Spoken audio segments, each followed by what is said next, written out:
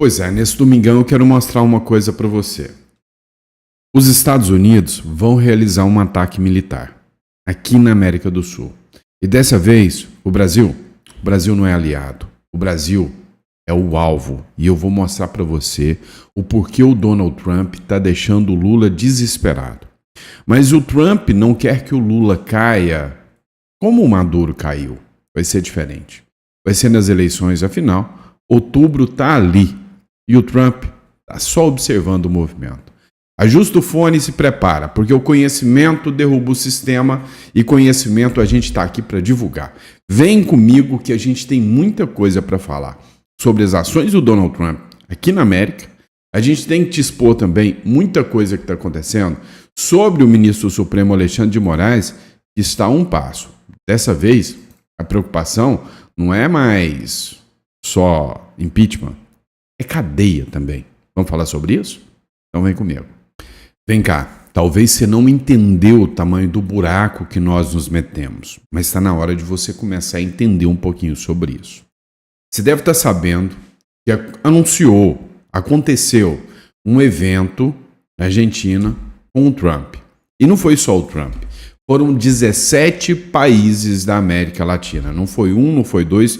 Foram 17 países da América Latina onde o Donald Trump organizou, já definiu até a responsável por essa operação militar, onde operações militares por terra, por ar e mar, acontecerão contra o narcotráfico, contra os cartéis de droga de toda a América Latina. E todos esses países foram convocados, foram chamados, participaram e assinaram um acordo mútuo para acabar com o crime organizado em toda a América Latina. Mas no meio dessa história toda, um fato se fez importante. Faltou uma pessoa. Faltou um aliado. Sim, o senhor Luiz Inácio Lula da Silva. E quando você não é aliado, você é o alvo. Sim. Muitas pessoas dizem que o Lula não poderia saber quais seriam as ações desses aliados em combater o crime organizado. Matéria do The São Paulo News. Sem Lula, Trump reunirá líderes latino-americanos para formar uma coalizão anti-cartel. Sim, exatamente isso que você entendeu. Exatamente como os Estados Unidos fizeram contra o Pablo Escobar, já fizeram antes, agora vai ser maior, mais forte e mais poderoso. O maior narcotraficante da América Latina se chamava Nicolás Maduro. E o Nicolás Maduro já está atrás das grades. Agora o Donald Trump vai atrás dos outros. Porém, tem um dado mais alarmante. O segundo país que mais exporta drogas, apesar de não ser o que mais produz, mas que mais saem dos portos para mandar para a Europa, Estados Unidos, Oceania, chama-se Brasil. Sem Lula, Trump reúne líderes latino-americanos para formar coalizão anticartel. E aí estão as cenas aí, Panamá, inclusive o Senado paraguaio acabou de anunciar uma aprovação de que militares americanos poderão tomar as ruas do Paraguai, ou seja, uma ação conjunta para combater o narcotráfico na fronteira do Brasil. Milei também. O Milei também anunciou que terá contigo o exército norte-americano para combater as facções criminosas. E apenas alguns países ficaram de fora, né? O Escudo das Américas 2026. E aí, todos os países, né, inclusive alguns de esquerda, está aqui do lado do Trump aqui, né, o presidente da Guiana. Então, todos com apoio para combater o crime organizado. E essa aqui será a tropa de choque que vai ficar famosa nos seus respectivos países por combater o crime organizado. E o Brasil só está esperando entrar um certo amigo Flávio para poder combater o crime organizado também. Olha que cena bonita. Todo mundo falando, olha, vamos acabar com o crime. E aqui, vocês devem estar vendo, o Nayib Bukele, o cara que já mostrou para o mundo, né, que é possível fazer, sim, um limpa, um tira-teima contra o crime organizado e contra a bandidagem, não é? O presidente dos Estados Unidos, Donald Trump, reuniu nesse sábado, no estado norte-americano da Flórida, líderes latino-americanos para anunciar a formação de uma coalizão militar voltada ao combate de cartéis de drogas. A iniciativa, denominada Escudo das Américas, reforça o argumento defendido por Trump ao longo do seu segundo mandato: ampliar o envolvimento de Washington na segurança da região. Durante o encontro, Trump afirma que os cartéis são um dos principais fatores por trás da intensificação da atuação norte-americana na América Latina. Nos últimos meses, o governo dos Estados Unidos também elevou a pressão sobre a Venezuela, culminando na captura do ditador Nicolás Maduro. Pelo menos uma dúzia de líderes, ao todo foram 17, da América Central, da América do Sul e do Caribe participaram da cúpula convocada pelo governo norte-americano. Na ocasião, Trump assinou a proclamação que oficializa a criação da coalizão. É uma ótima parte do mundo, mas para concretizar esse tremendo potencial, escuta isso aqui. Isso aqui, para mim, é uma das falas, uma das manifestações do presidente norte-americano, ou de um presidente, que mais me deixam empolgado, né? Como americano que sou, não norte, mas sul-americano, como americano que sou, um cara que nasceu nas Américas. Olha o que o Trump falou: é uma ótima parte do mundo, mas para concretizar esse tremendo potencial, devemos destruir o controle exercido por cartéis, gangues criminosas e organizações horríveis, dirigidas, em alguns casos, por verdadeiros animais, e realmente libertar o nosso povo. Chegou a vez das Américas. O Trump entendeu o seguinte: nós, América, não precisamos do resto do mundo e não aproveitamos esse potencial. Se as Américas aproveitarem esse potencial, chegou a nossa vez. A América dominará o mundo. E nós, como aliados dos Estados Unidos, há quanto tempo os Estados Unidos é a maior potência? Então, o que o Donald Trump entendeu? Lá, na China, eles conseguem, pela grande quantidade de população, ter um potencial gigantesco. E nós podemos. A América toda em união para combater o crime organizado. Para mim, isso é incrível. Agora, a não presença do senhor Luiz Inácio Lula da Silva tem algo a mais. Se você não é aliado, você só pode ser um alvo. Acabou de acontecer o encontro do Trump com todas as lideranças da América Latina que querem combater o narcotráfico. Não só a América Latina, como a América do Norte e a América Central.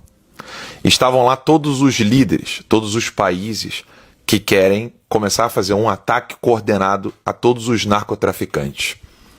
O Lula não estava presente, nenhum representante do governo brasileiro estava presente. O Brasil não estava presente porque o Brasil é alvo. O Brasil, a Colômbia, a Venezuela, Cuba. Infelizmente, nós entramos no alvo dos países sérios que querem combater o narcotráfico. Eu não sei dizer como serão esses ataques coordenados e como eles irão ocorrer. Eu só sei que a América Latina não será mais a mesma, porque os Estados Unidos não estão para brincadeira. O Trump não está para brincadeira. É um ano eleitoral, é um ano em que nós precisamos dar uma resposta como povo pelo futuro do nosso país, pelo futuro dos nossos filhos. O Brasil que queremos depende de nós. O mundo inteiro já sabe. Somos comandados, subjugados por narcotraficantes que estão no poder executivo, no poder judiciário e que também estão, em boa parte, no poder legislativo. Nós precisamos eleger políticos sérios para que possamos mostrar ao mundo que nós, como povo, não fazemos parte do narcotráfico. O Brasil tem uma grande chance esse ano e quero agradecer aqui publicamente ao presidente Donald Trump e a todos os líderes da América Latina, Javier Milei, o Kast no Chile, o Bukele, que o Brasil vai entrar nessa rota em breve. É Flávio Bolsonaro 2026. Acabou. Pois é, esse tipo de notícia deixa a gente empolgado, admitam, né? Admitam que é uma excelente notícia. E aí, se a vizinha bate a porta, já mostra que é possível, porque o Flávio Bolsonaro vem apresentando sinais que deixam o petista maluco. Dá uma olhada, matéria do Metrópolis. Flávio Bolsonaro tem o dobro de Lula entre evangélicos, diz Datafolha. A esperança do lulopetismo era que depois de apoiar a morte de bebês no ventre, depois de fazer carnaval com dinheiro público para atacar a família, depois de perseguir todos aqueles que apoiam, né, o patriotismo, que apoiam a direita e que são cristãos, agora o Lula quer convencer que ele é bonzinho para os evangélicos. É sacanagem, né? E aí, ele apostava em conquistar evangélicos para poder ter votos.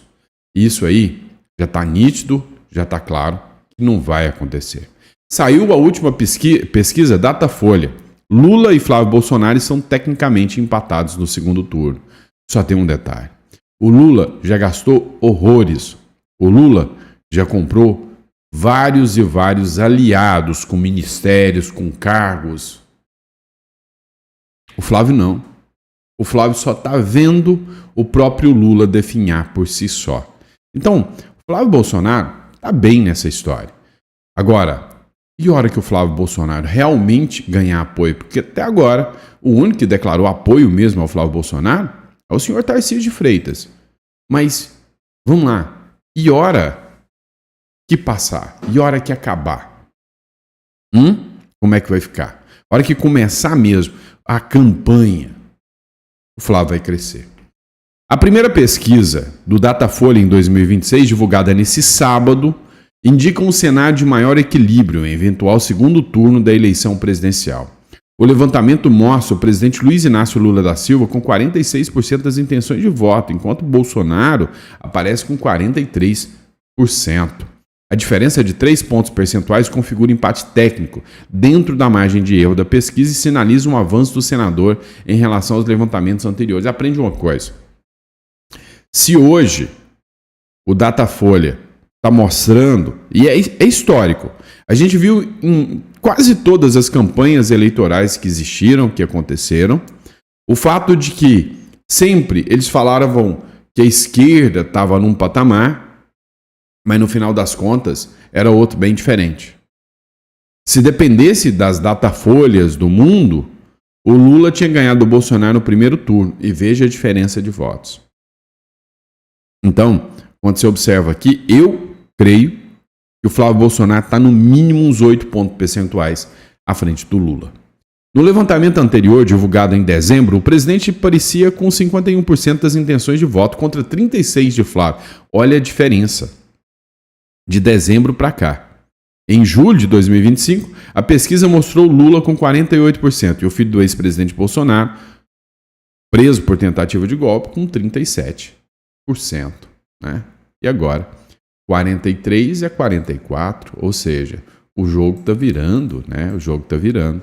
Análise da CNN sobre a Datafolha. E a gente tem visto que Flávio Bolsonaro tem feito um movimento de crescimento. É uma transferência de voto impressionante. A gente não viu de Lula para Haddad essa velocidade em 2018. O que muita gente do PL diz que é por causa do sobrenome. As pessoas associam logo Bolsonaro e Flávio Bolsonaro.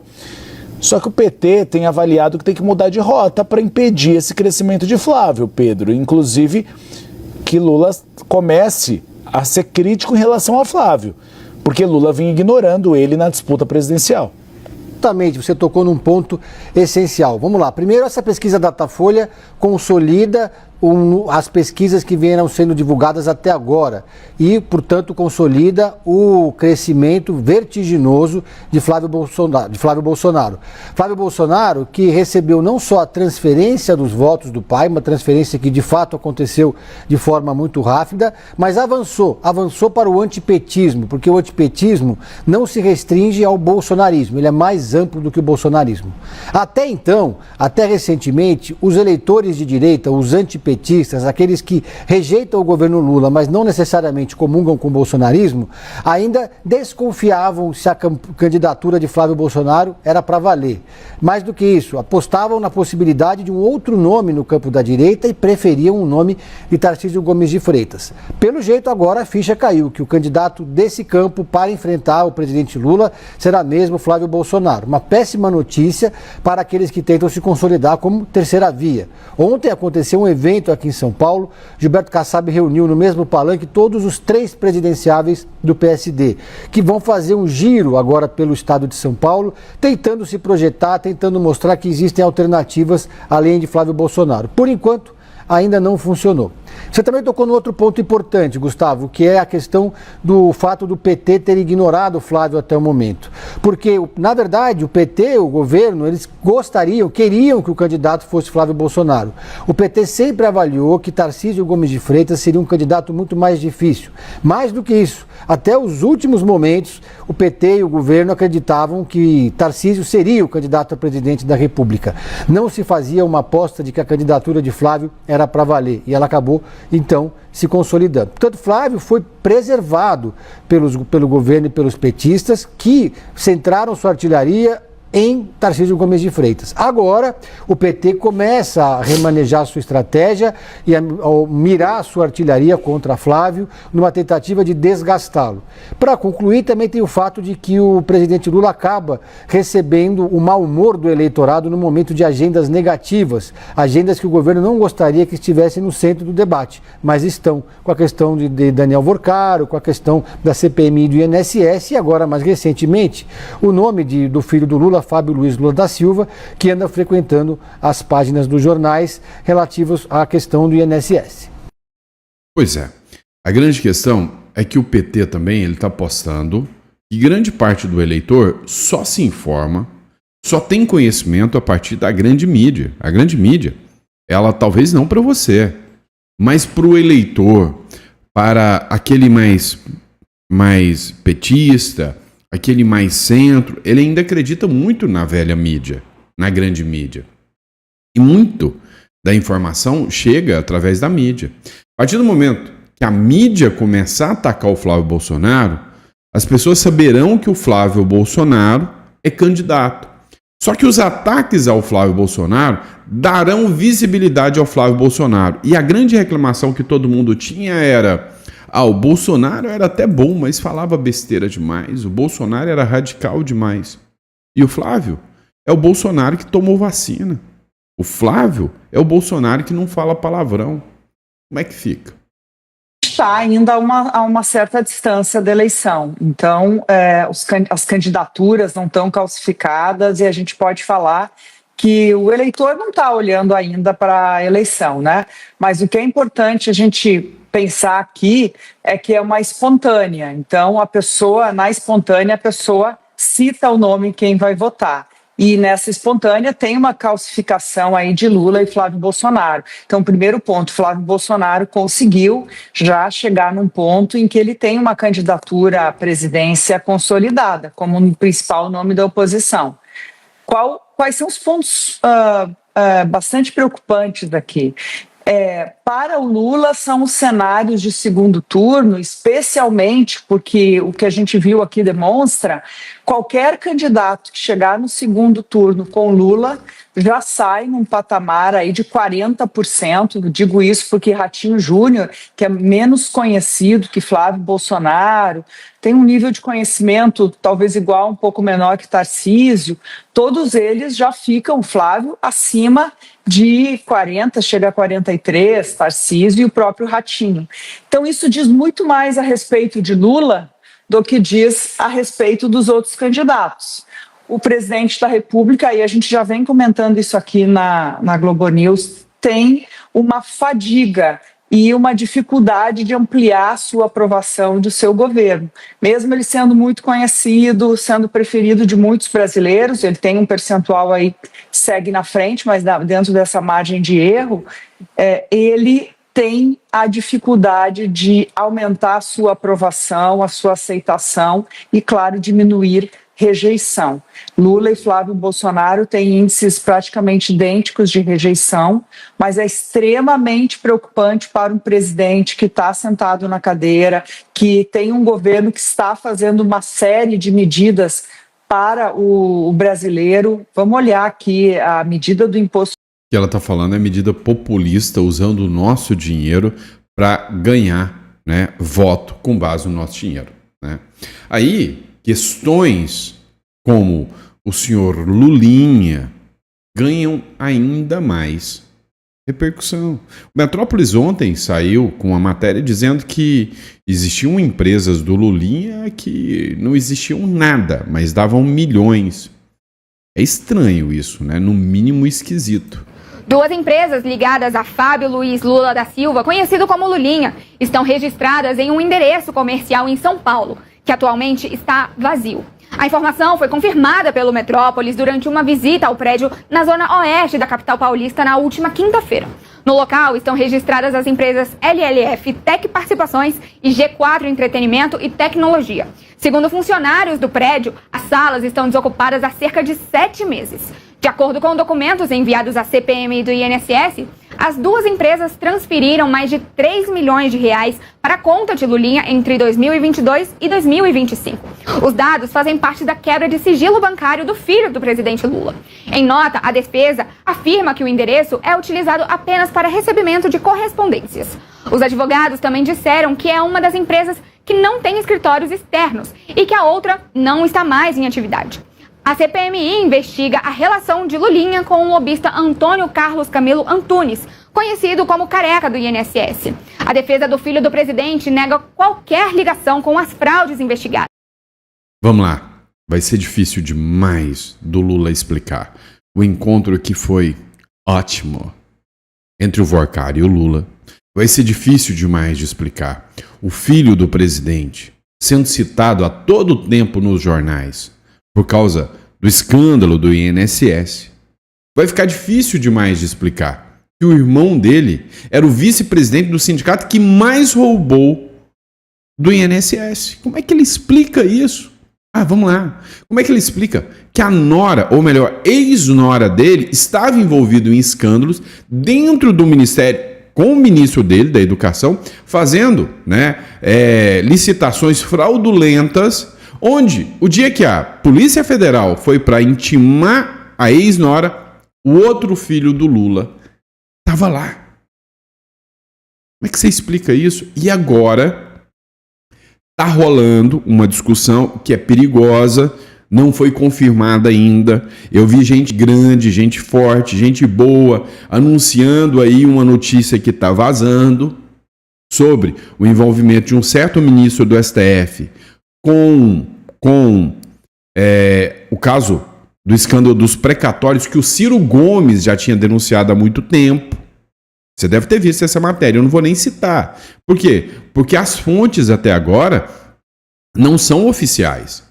E aí o risco de você falar uma fake news aqui e se lascar é grande, então tem que tomar cuidado. Mas está rolando um burburinho de que um certo ministro, não é o Moraes, não é o Toffoli, estaria vinculado aos precatórios que foram denunciados pelo Ciro Gomes lá em 2023. E se isso explode, não tem como o Lula, sabe? Não tem como ele se blindar disso. Porque envolve o Banco Master, um outro ministro do STF e um escândalo bilionário de precatórios que pode estourar. Eu tô de olho. As fontes não são oficiais. Mas assim que eu tiver fontes oficiais, senta, porque lá vem bomba. Bomba, bomba, bomba. Pode ter certeza. E aí, para encerrar, né? Por que a CPMI está sendo bombardeada o tempo inteiro, inclusive não vai conseguir postergar, né? Não vai conseguir prorrogação? Por que a CPMI lamenta mais perder o sigilo da empresária que é a Lusinger lá, do que do próprio Lulinha. É simples, né? Apesar de criticar a decisão do ministro Flávio Dino, que suspendeu a quebra de sigilo de Lulinha e de outros alvos da comissão, a cúpula da CPMI e do INSS avalia que o prejuízo maior não será ficar sem os dados do filho do presidente Lula. Na avaliação desses parlamentares, o ouro que comprovaria a relação de Lulinha com a farra do INSS não estaria nos dados bancários dele, mas sim na quebra de sigilo da empresária Roberta Lusinger, amiga do filho do presidente. E aí, meu amigo, é onde que mora o perigo, né? Então, já está em campanha eleitoral, o Lula já está gastando rios de dinheiro, nada está resolvendo, não vai ser ataque a Flávio Bolsonaro que vai mudar a regra do jogo agora, não. O Lula sabe que ainda tem um fator laranja, né? Um fator Donald Trump contra ele. E aí tá todo mundo só de olho, assistindo em primeira mão, tá certo? E é isso, pessoal. Espero que vocês tenham gostado do nosso editorial. Eu vejo vocês, meio-dia, a gente tá de volta. Eu vou tentar fazer mais de 2 vídeos hoje para vocês. Ontem eu só consegui 2, né? Ontem eu tive uns problemas pessoais. Aí uma treta numa reunião de condomínio aí que vocês não sabem o tamanho do negócio. Mas é coisa que acontece, tá? Mas tá bom, pessoal. Obrigado, fiquem com Deus e até o próximo editorial.